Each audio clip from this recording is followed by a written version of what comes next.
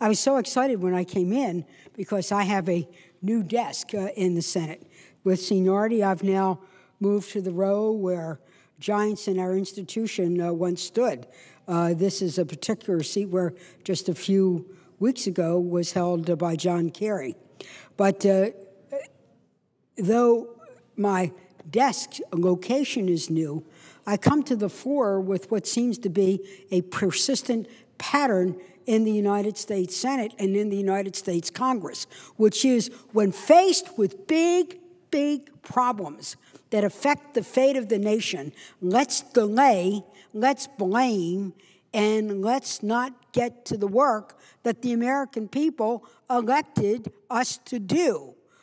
I rise today to speak about sequester, something that was never, ever meant to happen. It came out of the dark days of the debt ceiling debacle in the summer of 2011, where we were facing the downgrade of the United States economy and a dysfunction of the United States Congress.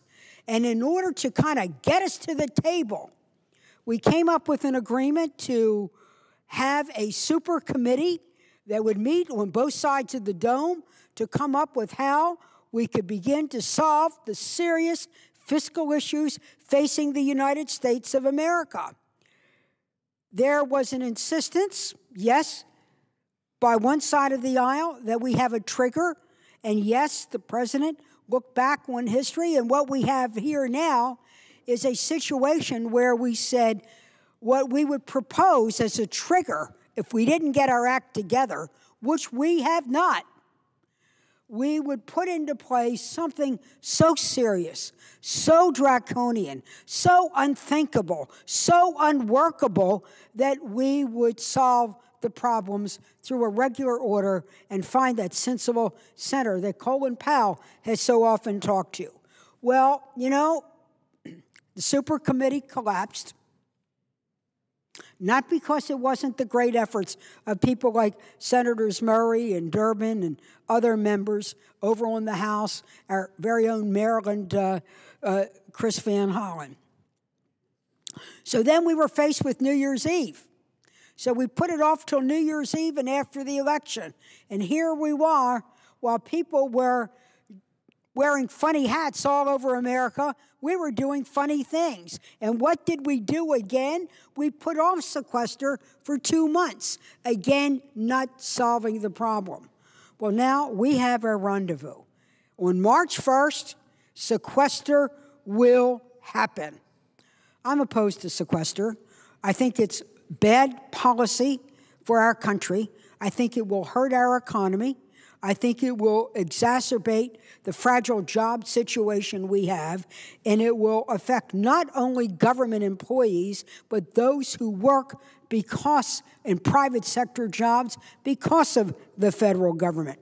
I support what was originally intended, a balanced approach that would look at increased revenues, particularly plugging up tax loopholes, particularly getting rid of tax break earmarks, along with strategic cuts in spending and a review of mandatory spending to see what else that we could get more value for our dollar. For me, I'm going to speak tomorrow about the impact on science, technology, innovation, and jobs. Today, I want to speak about my own beloved state of Maryland and the people who work there. Mr. President, Maryland is the home, not only to the Super Bowl champions, but to Nobel Prize winners, and also people who work every day to help create the jobs today and the jobs tomorrow. I have the honor of representing 130,000 federal employees. And they say, wow, how many of them can we get rid of? Well, why would we want to get rid of the people who work at the Social Security Administration? These are the people who calculate the eligibility of the benefits in regular Social Security and in disability. Why would we want to get rid of anybody working for the Federal Drug Administration who every day are analyzing clinical trials to see if they can be moved to pharmaceutical or biotech or medical device production, ensuring that when they come out into clinical practice, they are safe, they have efficacy, they can be taken by the American people, and we can export them around the world. Why would we want to get rid of anybody at FDA that's helping make sure that our drug supply is safe? And how about the food inspectors?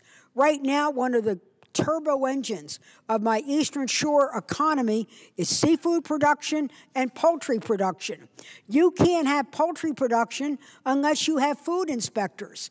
Now, when we start laying off or following food inspectors, it's going to affect those private sector jobs. If you don't have an inspector, you're not going to be able to have those companies working at the same level of production. Hundreds of thousands of more work because of the federal government, like iconic contractors, particularly in defense, and also like at NASA Goddard, which is our Space Science Center. Yes, 3,000 civil servants, but there are thousands of contractors. And what are they facing? Layoffs, furloughs, pay cuts, lousy morale, and what are they worried about? Their future, and they wonder whether they should give us another future. Make no mistake, we are not only going to hurt our economy, but there is an anti-incumbent fever, developing around the country. Now, as we look at solving the problems, there are those who want to protect lavish tax breaks or tax earmarks for a few. I want to stand up here for the many. Not only that people who are multimillionaires or billionaires can take a tax deduction over their corporate jet.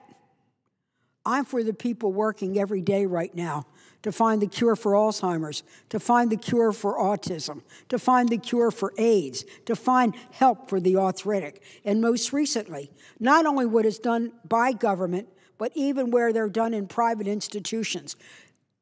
Within the last few weeks at Johns Hopkins University, under federal help from the Veterans Administration, on an American war veteran from Iraq who had lost both arms,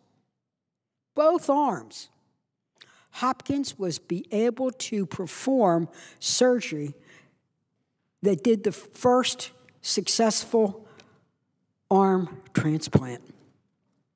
Doesn't that bring tears to your eyes? And that happened because of the genius of the Hopkins personnel with help, financial help from the VA to do the kind of research to make sure the surgery was a success, but the autoimmune suppression was. This is what the American people want us to do, to not only help that veteran, but what we learned through the VA will also then move into civilian clinical practice. I'm telling you, Mr. President, we've got to really come up with a solution that where government is doing a job to help the American people with compelling human need, or America is doing a job that enables other people to keep their job or protect their livelihoods, like weather. You know, people watch the Weather Channel and say, oh, isn't that guy Cantore great? I love Cantore. We even tweet each other from time to time. But Jim Cantore and the Weather Channel get a lot of their information from the National Ocean and Atmospheric Agency. That's the agency in Maryland that runs the weather forecast for all of America, predicting hurricanes, tornadoes, and it also ties up with a global weather prediction system that protects our ships at sea, civilian, cargo, military, as well as whether airlines can fly or not. So when we look at our legislation, we have to know that there are real consequences to those employees. The numbers sound a lot, but their contribution to saving lives and saving livelihoods is enormous. And then if we look at compelling human need, does the American people really want to protect people not paying taxes on their second million over Head Start? You know, if Sequester goes into effect, we're going to have a terrible effect on special ed. In Maryland, special ed teachers would be affected, and it would be an across-the-board cut in education. The same with Title I. Maryland would lose over $14 million. Federal law enforcement, something I know you are very keenly interested in. If the sequester goes into effect, it's going to affect over 1,000 federal agents. That's at the FBI, that's at the Drug Enforcement Agency, that's at the Marshal Service. You know, we don't know a lot about our Marshal Service, so they serve so quietly and efficiently. You know what the Marshal Service does? They protect our judges in the federal courthouse. You remember how some have been shot and wounded. It also serves warrants for runaway fugitives. And you know what? It also enforces the law on sexual predators in our country. Do we really want to furlough those men and women? I don't think so. And then there's the FBI. The FBI is crucial, not only in mortgage fraud, financial fraud, but in now the world of cyber. Do you know that last year in America there were 300 bank robberies? That's a terrible number if you're one of those banks. But there were thousands of attacks on by cyber, on our American financial institution, of which the FBI was prime time. Do we really want to lay them off? No, I don't think so. There's another issue of safety, and that goes to aviation safety. You know, I'm really deeply concerned about the cut in air traffic control. Furloughs, layoffs, or asking even fewer of them to work longer hours. We can't have it. And when we think about law enforcement, it's also like border control. You know, I'm for comprehensive immigration reform, but I'm also for protecting American borders. We now have 57,000 border control agents. Surprising number. If sequester goes in, we could be forced to lay off or furlough 5,000 of them. You know what a furlough is? It says to someone who's willing to be out there in the desert, facing those who trade in the illegal traffic of people, guns, or drugs, while you're out there in that hot sun, you're in harm's way, putting your life in danger. We're going to ask you only to work 4 days a week, and we're going to furlough you 1/5 of the time. Mr. President, for that border control agent being furloughed like that, that's a 20% cut. And I will say this, if the federal employees are going to take a 20% cut and furloughed, we should take a 20% cut. I think I should be treated like my Social Security employees, like my NIH employees working for cures, like FDA, the food inspectors, the people inspecting cargo coming into the port of Baltimore or looking for illegal cargo coming into our airport. If they take a hit, we should take a hit as well. And I look forward to moving on that legislation. But I hope we don't get to that point. Not for me to protect my pay, but to protect their future. And to say America believes in what you're doing. And we want to protect you so you can do your job for America instead of protecting all these breaks for billionaires. Now, people can say, didn't we do the tax break thing? Didn't we do the tax break thing New Year's Eve with Biden and McConnell? Yes, it was a down payment. But there are lots and lots of very juicy loopholes or tax breaks. Tax breaks for sending jobs overseas. Tax breaks for deductions on corporate jets. Do we need those? Those are really earmarks. A tax earmark goes to a people in a particular class, and it lasts indefinitely. While we're waiting for comprehensive tax reform, let's go after some of these and come up with a balanced approach on revenue. Mr. President, I know you were a governor, so you know about bond ratings. Well, in Maryland, my state of Maryland and my large counties are going to be affected by sequester because as the federal government goes, Moody's rates our bond rating. Maryland could lose millions of dollars and have to pay high interest rates on bonds. This is going to have a terrible impact, particularly in the area of school construction. It will cost hundreds, if not thousands, of jobs in not building schools we need, or roads that need repair, or water systems that need to be upgraded. But people say, oh, well, that's government. That's the way it is. Well, you know, Mr. President, I just want you to realize that if in fact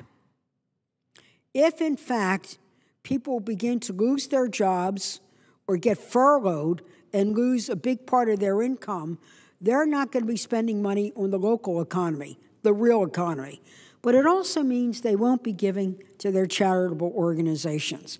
It's regretful. But if you have less money to spend and you save it somewhere for your family, you're not going to be giving to the United Way, to that great federal campaign. The lab assistant at NIH, who faces losing her job, isn't going to give to the charitable fund. The customs official at Thurgood Marshall Airport isn't going to have the same disposable income to make sure that they give again to the United Way. Mr. President, we've got to stop sequester. Now, on Thursday, I will be joining with my colleagues, my Democratic colleagues. We have a plan.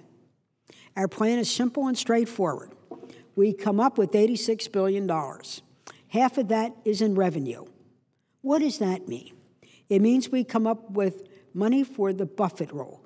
Its origins was in Warren Buffett when he said he should pay the same rate of taxes as his secretary. What that means is that on his second million, not his first, we believe in entrepreneurship, the job creators, et cetera, but on his second million, he will pay the same rate as somebody who makes $55,000 a year. The other is we want to close a loophole on sending jobs overseas. For too long, we have rewarded the export of jobs when we should have a tax code that rewards the export of products, whether it's our great pharmaceutical industry, our art, protecting intellectual property, and so on. So, Mr. President, we come up with that, and then we have a cut in the farm subsidy program where we will no longer pay people not to plant. That will be about $27 billion.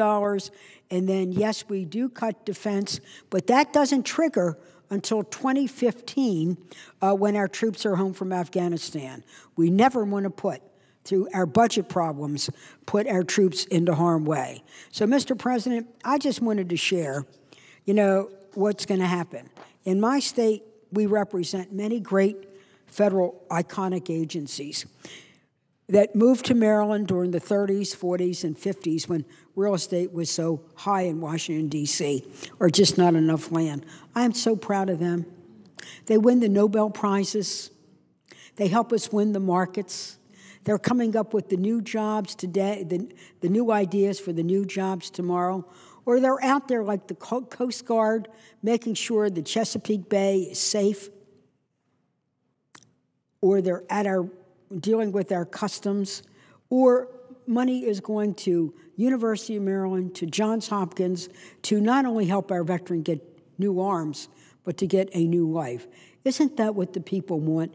We can be more frugal. We have to be more sensible. But let's not do sequester.